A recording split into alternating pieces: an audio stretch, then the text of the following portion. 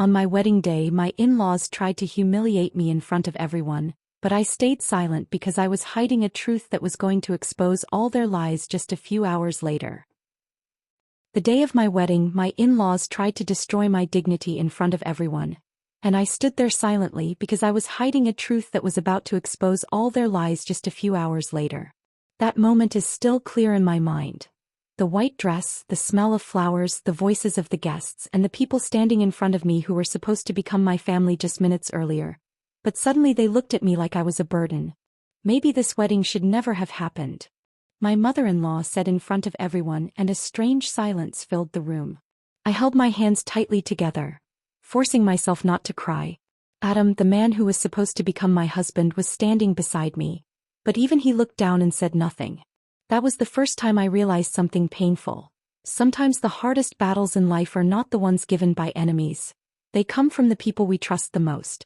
My mother-in-law smiled at the guests and said, "We have been through a lot, but today everyone deserves to know the truth." Truth. That word echoed in my mind. The irony was almost unbearable, because I was the one who had the real truth. And I stayed quiet because I knew that within a few hours, everything was going to change. Tonight, as I sit here remembering that day, my suburban home in Seattle is completely silent except for the soft hum of the refrigerator. It is 3 a.m. Streetlights shine through the window, creating faint shadows on the walls. A late-night TV show is playing in the background, but the volume is so low that it feels like nothing more than distant noise. Sometimes sleep refuses to come, and your mind starts opening doors you tried to keep closed. There were nights when even after taking Ambien I would lie awake because some memories are too powerful for any medication to silence. My thoughts always returned to that day. I met Adam in Boston at a small diner where I had gone for coffee with my friend.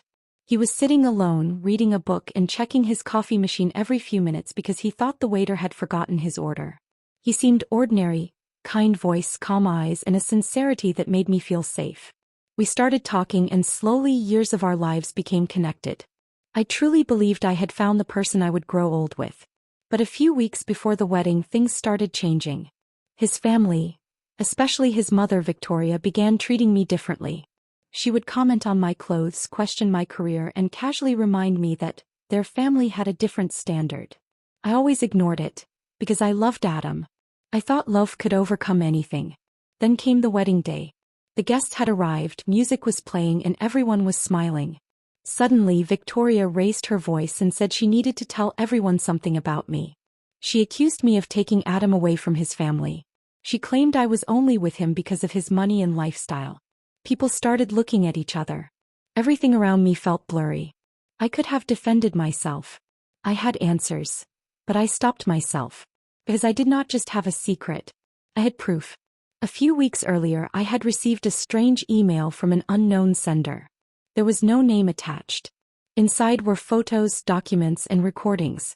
At first, I thought it was some kind of cruel joke. But when I opened everything, my hands started shaking.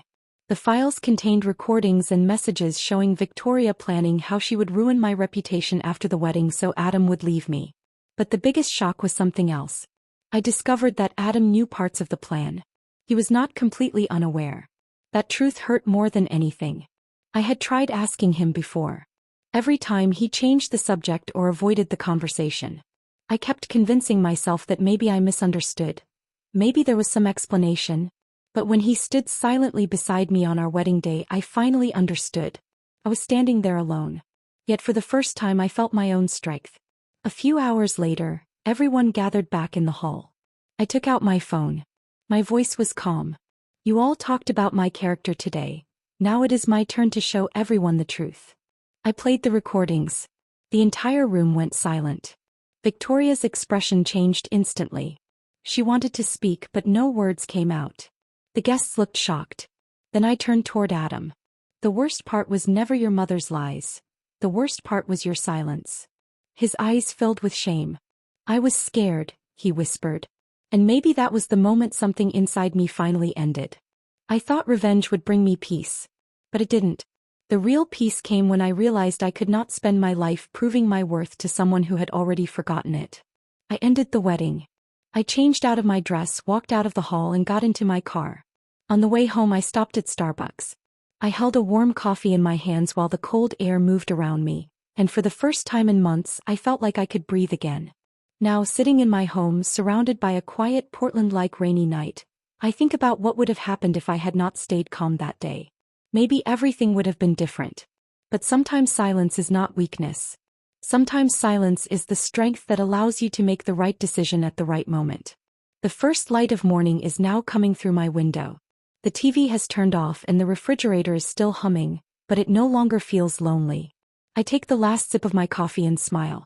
Because I no longer need anyone's approval to know my value. I finally understand who I am. And what I deserve. That night ended. And with it ended the woman who waited for others to recognize her worth. It was a new day. And it was a new me. Thank you for staying with me until the end of this story.